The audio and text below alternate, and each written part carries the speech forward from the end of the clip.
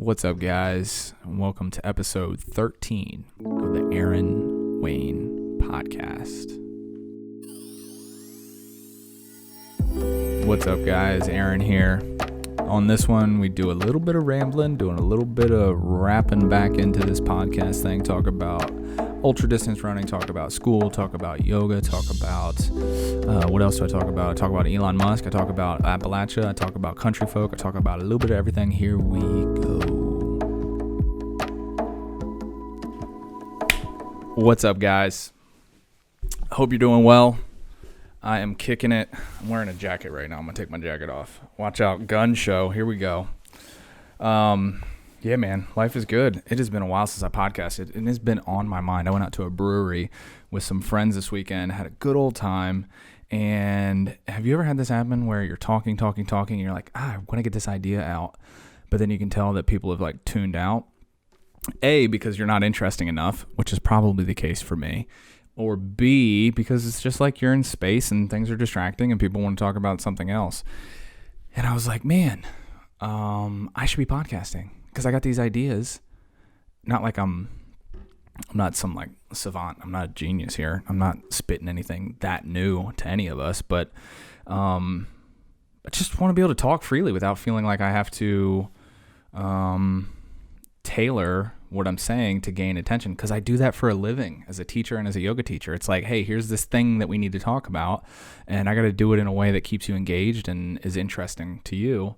Sometimes I just want to explore ideas on my own and have people bounce back at me.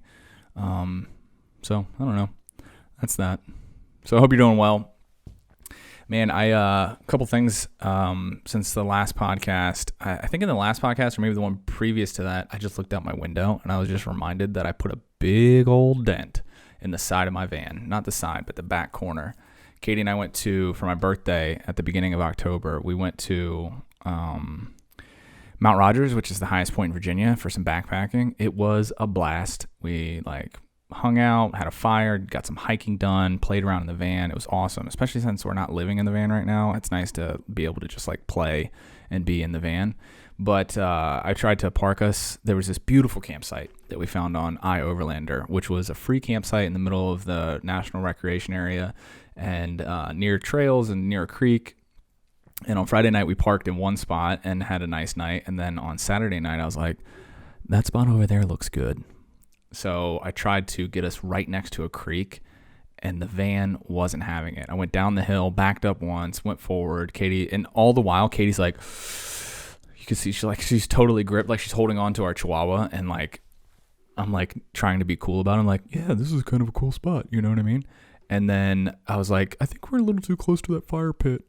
So I went to back up, and while I was backing up, in my head, I'm thinking, I'm not going to be able to get up this hill to get us back out from where we are, and we're going to be stuck here, and we're going to die in this van. The creek's going to overtake us, and we're going to live for just a few more moments before the wilderness takes us. And while all of this is churning around in my head, I back into a tree. And so I see a big dent in the back of my van right now. And as soon as I hit it, in my head, I'm thinking don't say anything. Because I was frustrated enough. The last thing I needed was Katie being like, I told you we shouldn't have gone down here. That would have been frustrating for me. But she was very supportive. She was super cool. It's my birthday. So she was like, she dealt with the fact that I put a big dent in the back of our van. There's tree bark stuck in the hinges. Praise Odin that the door still works and I didn't screw that up, because that would have been a huge headache, especially on the side that it's on. What am I talking about? Oh, in the last podcast I was talking about, so I've celebrated my birthday since I did a podcast, and before that I had an experiment that I started, which was to make a vlog once a week for the 4 weeks or whatever before my 32nd birthday. And I did that because I was watching a lot of Casey Neistat YouTube videos, and I was like, Casey's doing it, I should too. And I like his aesthetic. I like that he's very, I like the energy that he creates in his vlogs, and I also like, I like the cutting, the cinematic quality of it, but then also there's this ruggedness to it. And if you don't know who Casey Neistat is, just look him up on YouTube. He makes great vlogs. And I was like, I want to vlog. And I don't know if I actually want to vlog. I like the idea of having vlogs because or having videos of my life because I have a very poor memory. And it's nice to be able to like see those things and like really focus on them and like create a narrative out of my life. And then I was hit with this idea. And I put a link in what did I put this link here for? I put a link and next to it I wrote, don't optimize that which shouldn't exist. What is that from? Oh, it's from Elon Musk. Yeah, I don't know if this audio is playing for you guys or not, but it's this clip of Elon Musk being interviewed. And I think the big takeaway that I took away from this was, so I have no idea if you guys heard that because I barely know how to use GarageBand, but the quote that I pulled out of it was, don't optimize something that shouldn't exist. And I was like, why am I spending all this time on this vlog? I'm like recalibrating my schedule. I'm filming the thing, which is like cool, but also like I have to create a narrative through speaking to the camera, which I don't feel uncomfortable doing. I feel very comfortable in front of the camera, but it takes time. It takes time out of, just going on a hike with my wife and like pulling out my phone and being like, what I got to tell you guys is that we're on a hike. And it's just like so dopey and stupid. And I enjoy watching vlogs. Like I've watched a bunch of vlogs, but it's like, why does the world need another one of me doing that? And I think that there's a bit of vanity involved in thinking like, well, if I make a vlog, people will want to watch it. And it's like, no, they won't. And if they do want to watch it, they should probably be watching something that's more fruitful for their brain. So don't watch my vlog. Or do. I don't know. So, I don't know. I like the idea of making stuff. I just like the idea of making and building. In fact, after I do this after I do this podcast, I'm going to try and finish the roof rack on my van. And I tell you that, but in reality, I'm probably going to eat leftover chili and lay on the couch until I teach yoga at 6 p.m. Watch this documentary called This is Appalachia. And it was this, I think she was a New York Times reporter, but she was from West Virginia or Kentucky. I think West Virginia. And the whole documentary is following her. So again, it's called This is Appalachia. I know I'm talking kind of quickly, try and keep up because I'm going to keep on talking. I'm not going to stop talking because that's the whole point of a podcast is to talk. And she said the whole point of the documentary was that she was in her hometown, but she had left her hometown because a hometown in West Virginia. And she became like a accomplished writer and writes about the Appalachian experience, but also writes just like without her culture as in the forefront, but just like kind of humming along in the background. She brings up the common things that people think about, which is oftentimes if you're part of any underclass, whether it's like black people in the inner city or Spanish speakers who speak with an accent or people with disabilities or people from Appalachia. And if you're in one of those groups and you feel sensitive that I put you in a group with other people, it's like the point I'm trying to make is that society at large makes judgments on the ways that we speak or the inability because of a disability of us to speak. And so, or even just like being in a wheelchair. A lot of people, you see somebody in a wheelchair, so many people just make an assumption about that person. It's so twisted. But she explores it in this documentary from her cultural upbringing in, as a hillbilly in Appalachia. That's her term, not mine. And the town that she's from celebrates hillbilly culture and celebrates Appalachian culture. And I think that's beautiful and I think it's great. And what she, I think, is trying to articulate with this documentary is that just because someone has a Trump sign in their yard doesn't mean that they're a racist, terrible person who, wants to put Mexican children in cages at the border and, tear down public housing. I don't think that I think that that's a key point that she tries to make. But then also, having a lot of family and friends and colleagues and, I live in Appalachia, having a lot of those folk around me, some of those people do want those things. They just don't know how to say it very clearly. Do you know what I mean? And maybe I'm assuming. That's fine. Politics, man. I'm ready for the political season to be over. I hope that, dude, Little Dicky, the rapper, just did this hilarious Instagram video where he was just like, just naked on Instagram, and was, this is like super weird and inappropriate. I probably shouldn't even be talking about this, but he just talks about politics, but he's doing it like dressed, like with no clothes on. When I say dressed, I mean undressed, and doesn't mention the fact that he is naked talking politics. And so I guess it's funny because he's just like being crude. All right, enough of that. I'm gonna get fired from my teaching job even talking about that. Why did I even bring it up? All right, whatever. But the Appalachia thing. Tyler Childers, or Childers. I always say Childers, but I think he probably says Childers. But Tyler Childers is a country music star. Not a country music star. He's not like Brad Paisley or... some of my kids listen to country music, and I have no idea the artists that these kids are into, man. Like, and they all look like TikTok stars. All these country music singers, they all look like they've got their hair. I'm making fun of them, but because I'm like doing my hair to the side now, but they've got this like swoosh kind of hair thing. And they got torn jeans and boots. But it's like, dude, how are they appropriating the country? Are they from the country? And if they are they really like boot wearing folk? I don't know. Everything's so divisive. I was just talking about country music. Darn it. But Tyler Childers had a new album came out. It was just he called it an old time fiddle album, which I just thought was really quaint, beautiful.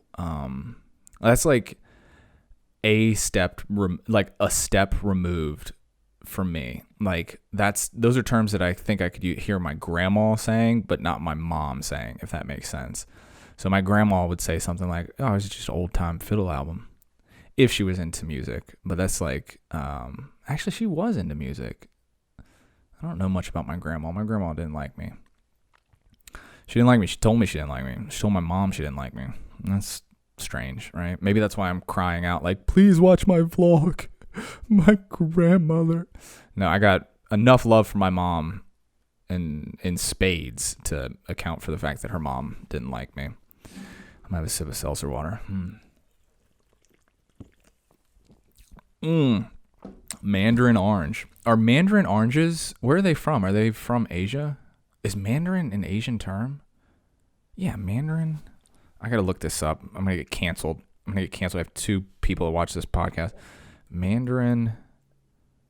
Yeah, Mandarin is a language. Yeah. What a stupid thing I just said. Cantonese and Mandarin, right? Mandarin and Cantonese. Those are the 2 Chinese languages, right? Chinese language is Mandarin. What a stupid thing to say. I knew that. I'm tired. I've been teaching all day, so just forgive me. But are mandarin oranges from China? That's interesting. I think apples come from like some of those like smaller countries that are like in dead center of like where Russia, Europe, and China meet. Like Kazakhstan. I think apples come from Kazakhstan. What am I even talking about? The Tyler Childers album. He writes an old time fiddle album. And at the end, he has a song called Long Violent History, which is, the first time I listened to it, it's like, oh, this is a nice song. Second time I listened to it was after one of my yogis said, "Hey, Aaron, you should listen to this YouTube video where he explains what that album was about and what that end song," because it's like 10 tracks of just like fiddle tunes. And then at the end, it's this song. It's this beautiful song called Long Violent History, which is about like social uprising. And one of my yogis said, "Hey, before you listen to the album again, watch this YouTube video." This is like 6-minute YouTube video of Tyler Childers saying, and he's from Kentucky. He looks like what he sounds like. He is a country Kentucky, like millennial, but like celebrates the culture. Like he's still in the game, you know what I mean? And his music sounds like it. Old time fiddle album. And so he says like, I had some friends who said that if I didn't put context to this last song, that it would be taken out of context and it would be confusing for people, and they might think that I think the exact opposite of what I'm trying to say in this song. And I encourage you to just go watch what he has to say about it. But what it brought up for me is the reclaiming of Appalachia and the reclaiming of Virginia. Like, I'm a Virginian. I'm proud to be a Virginian. I'm proud to be from a place that has such a rich and complicated and beautiful and terrible history all at the same time. Like, this is the state where the most, I think the most presidents come from Virginia. Many of the founding fathers were from Virginia. Many of those founding fathers owned human beings and didn't set them free. So, like, that's a complicated part of the history. The first successful colony is on the coastal waters of Virginia in Jamestown. That then went up the James into Richmond, and like the whole country like blossomed out of Virginia. And again, it's worth mentioning, like, it should go unsaid that blossoming came at the terrible detriment to, the Powhatan Indians and the Cherokee and all of the local natives that lived in these areas. Shawnee, all of them, the Sharando, all of these tribes like had their land taken from them. But if we're talking about American history and how America grew, that's part of the story, and that was here. So like Virginia, the history of Virginia is the history of this country in so many ways, and in every way, it is the history of this country. By analogy, you have some of the most successful and greatest businesses here now and in the past, as well as some of the worst atrocities. Like, Virginia was one of the last states to desegregate the schools. Like, that's terrible. And Charlottesville, a couple years back, was the site of people protesting, bringing down the Confederate statues, and then people counter-protesting to that protest, which ended up in someone dying because this dude ran through the protest with a car. And so I think that as a Virginian, there's a responsibility that we have, and being part of Appalachia more greatly. And the cool thing about Virginia is it's not just all Appalachia. You have the Piedmont region. I'm like, come to Virginia. Virginia's for lovers. I love my state, and I really value the music, the food, biscuits and gravy. Googly moogly. My mama used to make biscuits and gravy. And I say that unironically. That my mama used to make biscuits and gravy. And I loved it, man. And now I make a vegan biscuits and gravy. And that is the symbol. That's what it is. Sorry, I didn't mean to yell at you. I'm sorry. I won't yell again. That's what it is. It's vegan biscuits and gravy. That's the whole point. What do we have that we can keep? And how can we make it better? It's vegan biscuits and gravy. Yeah. What a symbol. I'm teaching the Raven to my honors kids right now. And every year when I teach Edgar Allan Poe in the fall, specifically in October of every year. And dude, when I read Edgar Allan Poe, I am reminded of the depths of despair that are available to people. And it's dark. And then I always end the unit with reading The Raven, and I read it with my honors kids. Sometimes I read it with my gen ed kids. It's hard. There's a lot of symbolism. It's a hard poem.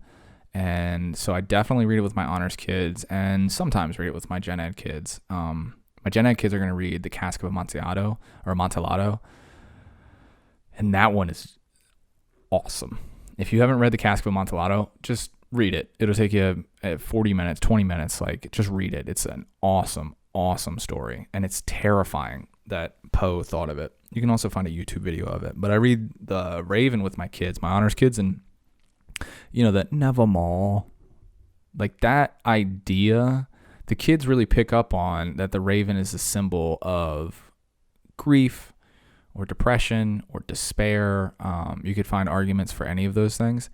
And that he continues to say nevermore, nevermore, nevermore is like a reminder to those of us who have experienced depression, not like grief, because that's a natural, normal process, but people people who have experienced depression that comes unannounced, uninvited, and seemingly to last forever. One of the things that I've always found refuge in is the Buddhist idea that, nothing lasts. Nothing lasts. Even the best things don't last. But if we're going to take that as a tool to really be present when the best things are happening, we also have to remember that even the worst things don't last forever. And so that's the big lesson that I take away from Buddhism. It's like all things come to go. But when you're in depression, when you're in that space of depression, nevermore. It's like, that lesson. You've learned it. You've seen it time and time again. But when you're in it and, you're taking 2-hour naps in the afternoon, or, you're overeating, or you're, not calling your friends and family, and you're in that watching too much TV, it does feel like it's never going to end. And your brain does this trick. And I think that's what, like, real despair and, the depths of the human brain, if you allow that idea to germinate from the seed that it is, nevermore, then it can, like, wrap its tentacles around you. So always remember, nothing lasts forever, including the bad stuff. So I think that's a great lesson. What else I got here? I got a notepad. Is there anything else interesting I'm talking about? Yo, my buddy just ran a 50K. I helped him crew for it. When I ran a 50K, it was about 6 years ago. I'm 32. And I ran it on my 26th birthday. And when I ran a 50K, it was, all right, Aaron, here's something you don't think you can do. Can you do it? Try to finish. And I went through it, and I went 5 minutes over the time cap, but I finished. And at certain points I was on hands and knees because I was so undertrained for it. My knees were just in excruciating pain. It was raining. It was cold. It was challenging. Real darkness visited me on that trail. And but I finished. But I tell you that story to juxtapose it with my friend's story, which is I'm helping him crew for this, which, if you don't know, crewing is just you make sure that their water bottles are full and that they have food. And you see them in an aid station, be like, all right, hey man, what do you want to do? What do you want to eat? We're going to try and get some water in next station. We're going to try to eat this, blah, blah, blah, blah. So you just try and coordinate with them.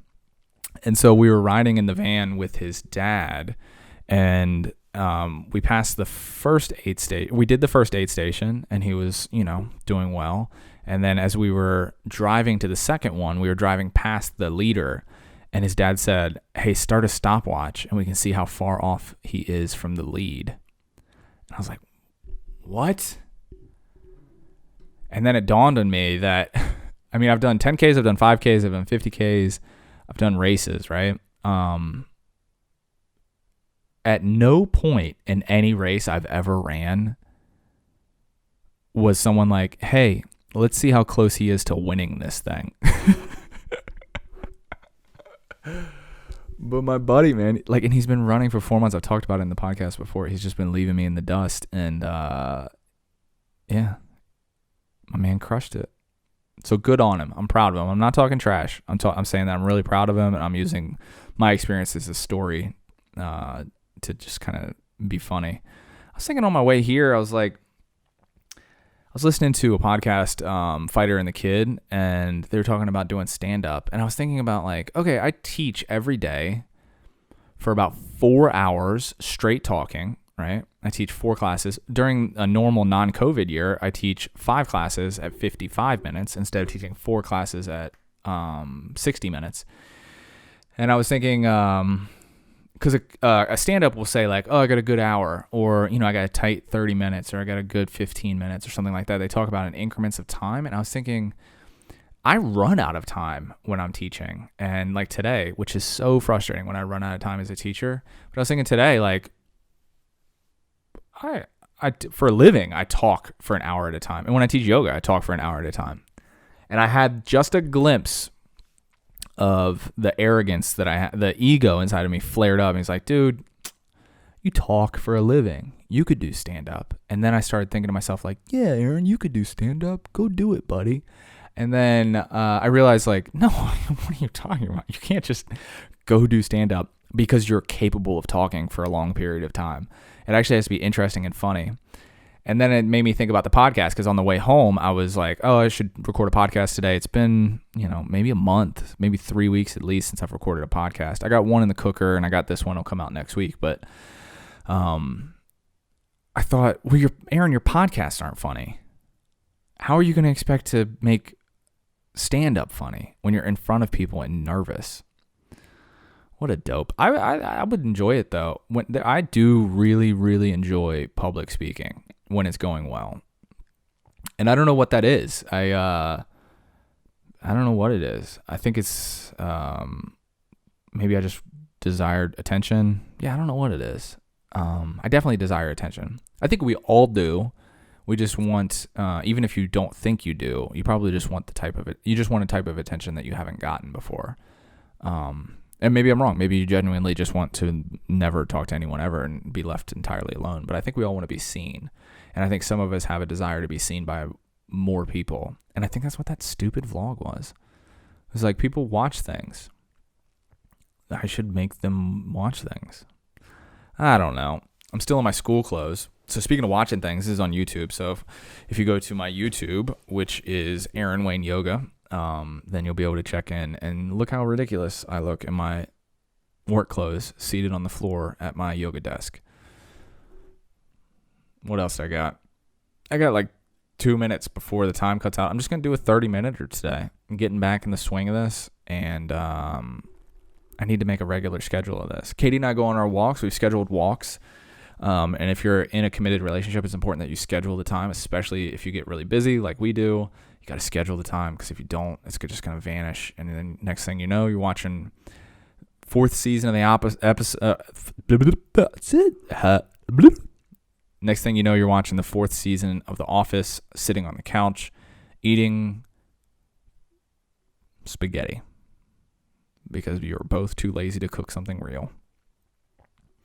And all you're doing is watching The Office. So you got to schedule time for your partner. So Monday and Thursdays are our walks. And I think because I can get home, my kids leave at about 2:50.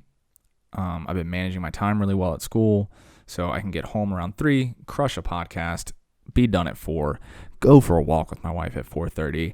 And then, boom, I'm living the dream. I told you I wasn't going to yell at you again, and I'm sorry that I did. I think I'm going to wrap it here, guys. Yeah. Wish you well. That's it, guys. That's all we got for you. Hope you had fun getting back in the swing of this thing. I feel like every podcast is just like every journal entry I write, which is, I should be doing this more. I should be writing more. I should be doing more podcasts. So hope you had fun. Keep tuning in. We're going to keep cranking these out. Follow along. My Instagram is Aaron Wayne Yoga. I'm checking in on that maybe 4 times a week. Shoot me an email at hello@aaronwayneyoga.com, or check out the website. We got yoga teacher trainings coming up in January, which is exciting. You can do it remotely too. So whether you're in Blacksburg or wherever you are in the world, come through. Yoga teacher training is going to be a blast. All right, man. Catch you guys on the next one. Peace.